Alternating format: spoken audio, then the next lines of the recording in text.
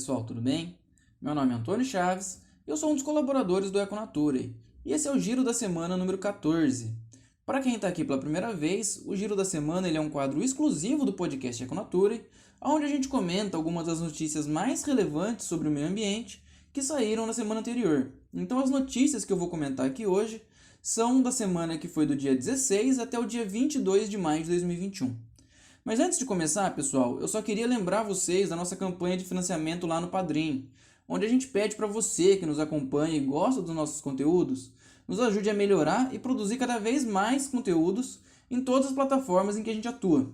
Mas é claro que se você não tem como contribuir mensalmente lá no Padrim, a gente sempre aceita a sua ajuda de outras formas, seja de maneira pontual através do nosso Pix, ou só com a inscrição no canal, divulgação dos nossos conteúdos, interação nas redes sociais. Tudo isso sempre ajuda para que a gente consiga atingir mais pessoas e, consequentemente, melhorar e aumentar os nossos conteúdos. Agora vamos falar do que mais interessa, pessoal, o nosso giro da semana. Então, bora conferir?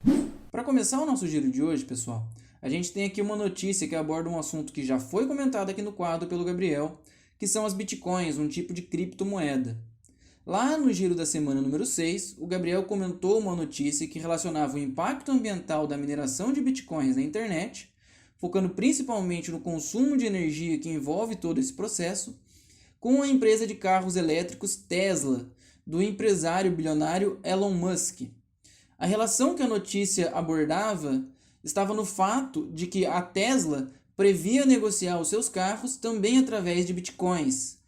incentivando assim a mineração dessas criptomoedas e por fim gerando impacto ambiental e indo de desencontro com os princípios e principais objetivos da empresa, que é produzir e vender carros elétricos de alta performance e principalmente baixo impacto ambiental. Particularmente, eu não entendo muito bem sobre bitcoins e a única coisa que eu consigo explicar para vocês sobre o assunto hoje é que a mineração de bitcoins é basicamente como se fosse a alavanca que faz esse sistema econômico que vai envolver as criptomoedas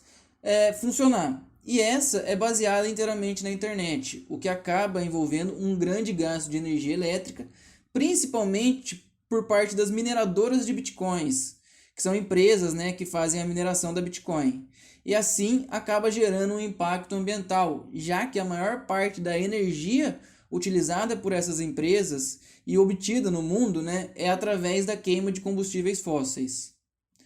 Bom, a notícia que eu trago aqui para vocês hoje, ela fala exatamente de um estudo da empresa de investimentos XP que tenta entender melhor o papel das bitcoins em relação às preocupações ambientais modernas,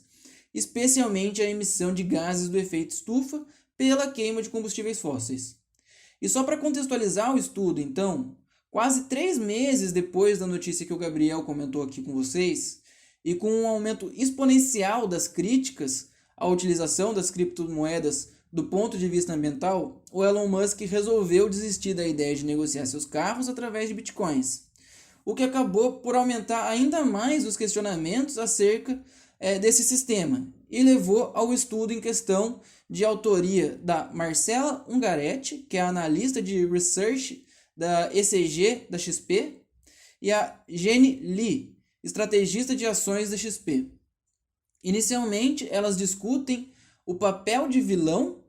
das bitcoins, falando principalmente do impacto das grandes mineradoras da moeda, que utilizam grandes servidores de computador, o que acaba consumindo muita energia no processo.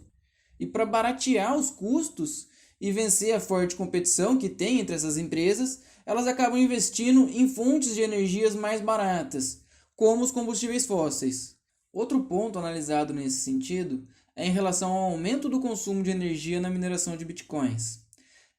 que houve um salto expressivo. Elas trazem os dados de que aproximadamente no começo de 2017 era consumido 6,6 terawatts-hora, e esse número saltou para 67 terawatts-hora em outubro de 2020 e para mais de 120 terawatts-hora em fevereiro desse ano. Valores que, segundo elas, equivalem a aproximadamente 0,6% de todo o consumo de energia no mundo. E aí, depois que elas fazem todo esse papel de vilão, trazem todo esse papel de vilão das bitcoins, elas, para contrapor isso, começam a comparar o impacto da mineração de bitcoins com outras atividades. Elas começam apontando primeiro que as emissões de dióxido de carbono associadas à mineração de bitcoins são estimadas em 37 milhões de toneladas, o que equivale aproximadamente, né, ao emitido anualmente pela Nova Zelândia, por exemplo. E depois fazem a mesma comparação com os videogames, que estima-se que respondam por cerca de 12 milhões de toneladas de dióxido de carbono por ano somente nos Estados Unidos, ou seja, um terço do que é emitido pelas bitcoins. Depois, elas ainda comparam com a mineração de ouro, a mineração física de ouro, que contribui com cerca de 81 milhões de toneladas de dióxido de carbono, pouco mais do que 2 vezes o que a mineração de bitcoins contribui. E também terminam comparando com o sistema bancário tradicional, alegando que as bitcoins consomem cerca de 10% da energia necessária no sistema tradicional, ponderando, obviamente, né, que o sistema bancário tradicional ele atende muito mais usuários do que o sistema de bitcoins e que ele precisa e possui uma estrutura muito mais complexa atualmente para se manter funcionando, como, por exemplo, o maior número de funcionários e utilização de prédios e escritórios. E onde elas querem chegar com isso? Nem tão ao céu, nem tão ao inferno. Para elas, as bitcoins são sim um problema ambiental, mas combatê-las por si só não é a solução para nada. É preciso que a gente encare todos os problemas para resolver o desafio maior, que é a redução das emissões de gases do efeito estufa e não somente alguns problemas pontuais. Segundo as autoras do estudo, o Bitcoin ainda está dando os primeiros passos e deve crescer muito. Por isso é importante sim que se leve em consideração o seu impacto, para que o crescimento não seja através de matrizes energéticas poluentes e um sistema ineficiente que acaba por maltratar ainda mais o meio ambiente. E elas ainda finalizam dizendo, né, que o esforço deve ser conjunto entre Estado, setor privado e sociedade civil, inclusive dentro da indústria das criptomoedas.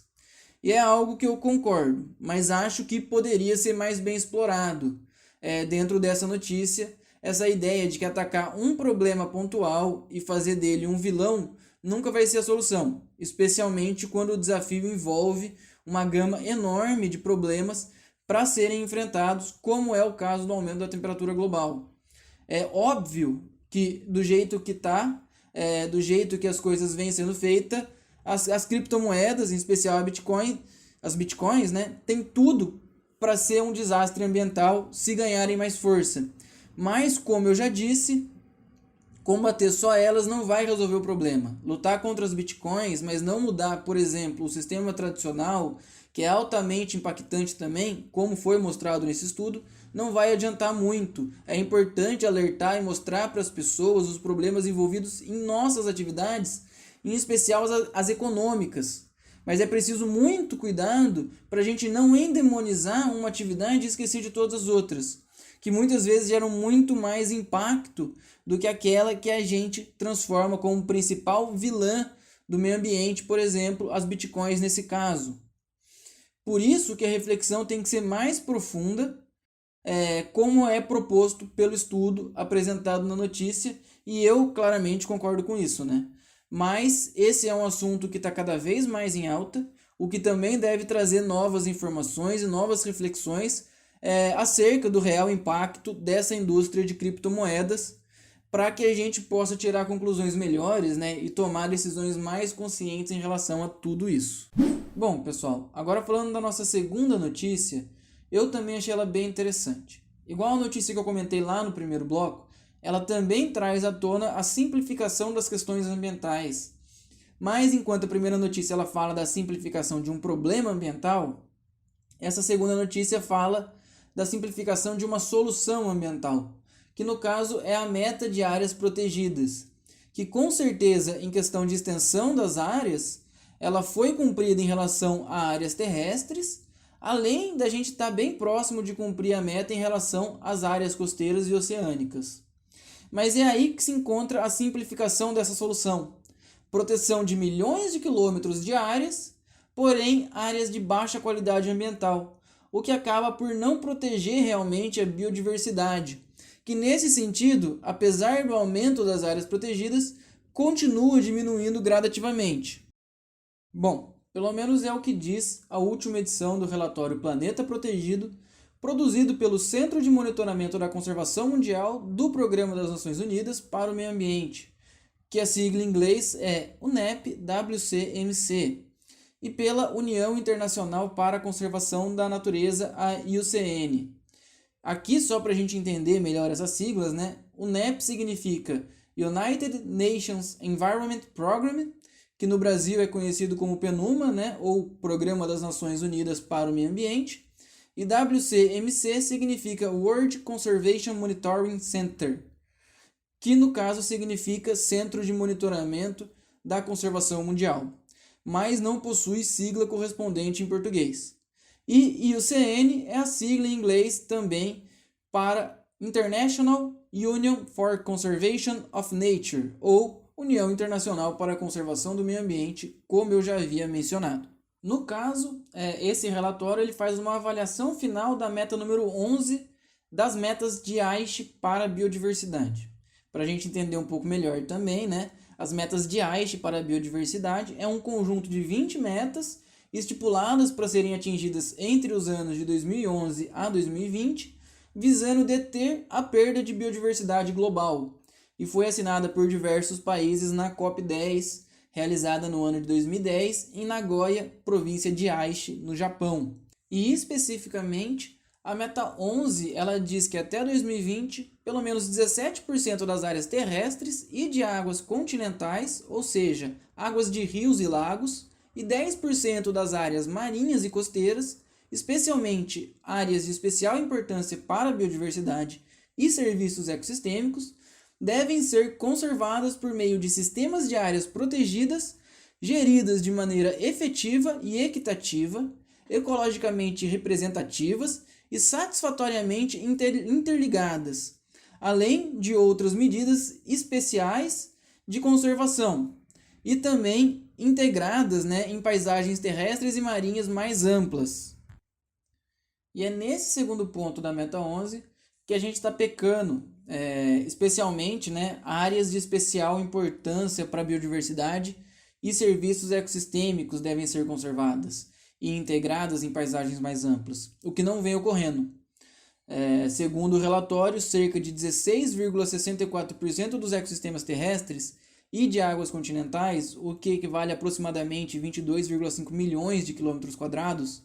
e cerca de 7,74% dos oceanos e das zonas costeiras, o que equivale aproximadamente a 28,1 milhões de quilômetros quadrados, estão dentro de áreas protegidas documentadas, o que indica que, considerando as áreas protegidas não documentadas, geralmente aquelas ocupadas e protegidas por conta dos esforços de povos indígenas e comunidades locais, a meta de 17% para áreas terrestres será atingida e ultrapassada com certa tranquilidade. Mas não exatamente, né, áreas de grande relevância ambiental, e ainda apresentam certos defeitos, por assim dizer, como baixa conectividade entre as áreas, onde pouco menos de 50% das áreas terrestres protegidas estão conectadas, e falta de manejo adequado também para manter os valores da biodiversidade nas áreas circundantes, ou seja, nas áreas que impactam e são impactadas diretamente pelas áreas protegidas. E tudo isso acaba implicando na movimentação das espécies e no funcionamento dos ciclos ecológicos que mantêm tudo em equilíbrio. E o ponto mais bacana do relatório é que, mesmo com o aumento das áreas protegidas, a ênfase nos problemas a serem corrigidos nos próximos passos para a conservação ambiental aparentemente é muito grande. Eles pontuam bastante que é uma vitória o aumento nas áreas conservadas, mas que nos próximos passos é realmente preciso eficácia e equidade, ou seja, áreas importantes e conectadas e que proporcionem ônus e bônus justos para as populações locais e quaisquer outras populações que utilizem os recursos dessas áreas, o que não vem ocorrendo, como a gente bem sabe, né? Com populações locais ficando com todos os problemas, enquanto os benefícios são aproveitados por pessoas do outro lado do mundo. E é bem isso, simplificar o problema somente ao número de áreas protegidas, sem considerar todo o quadro maior, a longo prazo, dar um tiro no próprio pé, ou seja, não vai ter eficácia. É importantíssimo que as regras do jogo da conservação mudem de acordo com o cenário que se apresenta, tanto em relação ao que devemos e como devemos proteger, mas também quem e por quê, auxiliando povos tradicionais e comunidades locais que tanto fazem pela conservação da natureza. E aproveitando o gancho, esse é outro ponto bem bacana do relatório, o reconhecimento que deve ser dado a esses povos, a esses grupos, né, que protegem a terra, visto que, mesmo subjugados, eles fazem muito mais pela causa ambiental do que outras pessoas. E o pedido final que o relatório faz é que na COP15, que vai ocorrer em outubro desse ano em Kunming, na China, e onde deve ser acordado o marco global pós-2020 para a biodiversidade, né, que seja incluído nesse acordo uma meta ambiciosa de proteção até 2030, acima de 30% do território global, incluindo terra, água doce e água salgada, e obviamente levando em consideração a qualidade e tudo o que envolve essas áreas, como já foi dito. Por fim, eles mencionam também a Década das Nações Unidas da Restauração de Ecossistemas, que vai ser lançada no próximo dia 5 de junho, que é Dia Mundial do Meio Ambiente, e tem como intuito proteger áreas intactas e restaurar ecossistemas degradados, que posteriormente serão adicionados à rede de áreas protegidas e conservadas para garantir que os benefícios da conservação e da restauração sejam mantidos. Acho um posicionamento super coerente no sentido de que, mesmo com a vitória na questão de estarmos próximo da quantidade de áreas protegidas, tanto em terra quanto em mar, mudanças são e provavelmente vão ser sempre necessárias para que os nossos esforços para conservar a natureza e a qualidade da vida para populações humanas no planeta não sejam em vão. Ainda precisamos melhorar muito, mesmo que a mentalidade aparentemente esteja caminhando em um sentido de mudança. E na minha opinião, talvez o ponto mais importante é pararmos de simplificar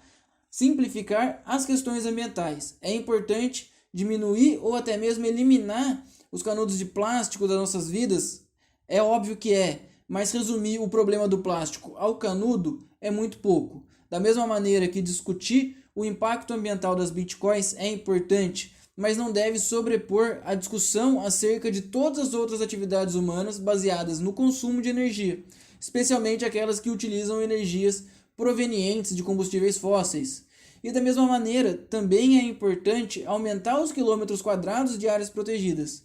mas não sem se preocupar com a relevância dessas áreas, tanto para o meio ambiente quanto para a sociedade de maneira geral. Agora, nos resta acompanhar então a COP15 para a gente entender melhor como os líderes mundiais planejam agir na próxima década, tendo em vista as informações contidas nesse relatório e em muitos outros, né, que apontam novos rumos em toda a estrutura e funcionamento dos sistemas que dão suporte às sociedades modernas e que devem ser tomadas se a gente quiser garantir que esses sistemas continuem mantendo, né, a existência da nossa espécie aqui na Terra, senão já era, né, pessoal? E para fechar, então, a nossa última notícia ela fala sobre os hábitos de consumo, busca por empresas e produtos realmente sustentáveis, greenwashing e a importância da internet e da imprensa no despertar da consciência ambiental e no engajamento pelas causas ambientais.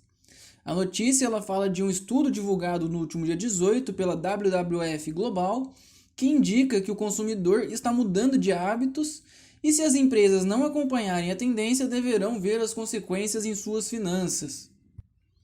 O estudo, intitulado Um Eco-Despertar, medindo a consciência global, engajamento e ação pela natureza, traz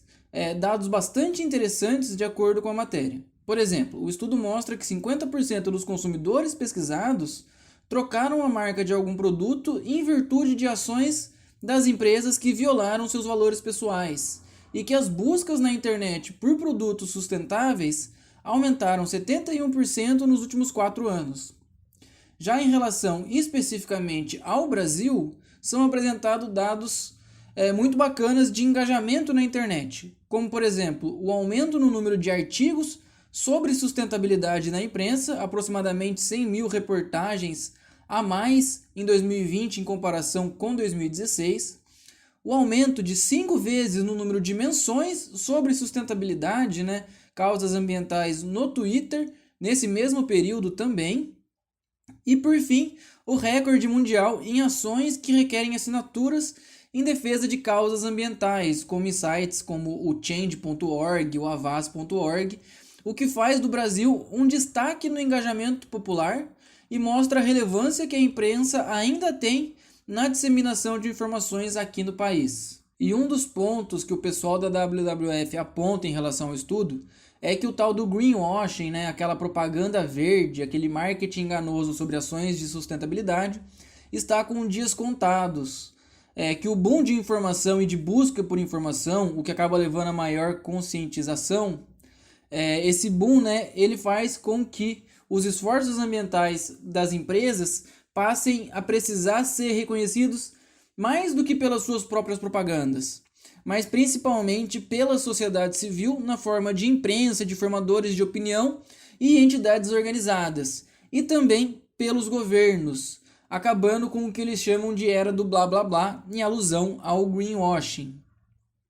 Bom, eu considero um assunto complicado. Ao mesmo tempo que as informações parecem muito bacanas à primeira vista, ainda é difícil saber quando a gente está lidando, né, com informações completas e realmente vão ajudar, né, a gente a tomar decisões conscientes. Inclusive, em relação a esse assunto, no último dia 20, a gente teve mais uma edição do Cine Construção, que para quem ainda não conhece, né, é uma espécie de cineclube mensal que o Econatura organiza para discutir filmes e documentários que abordam a temática ambiental. E nessa última edição, a gente conversou sobre o documentário Seaspiracy, que você encontra no Netflix, que fala dos impactos que os nossos oceanos vêm sofrendo com as atividades econômicas da sociedade moderna, tentando encontrar onde está o maior problema a ser combatido, né, para preservar os ecossistemas marinhos.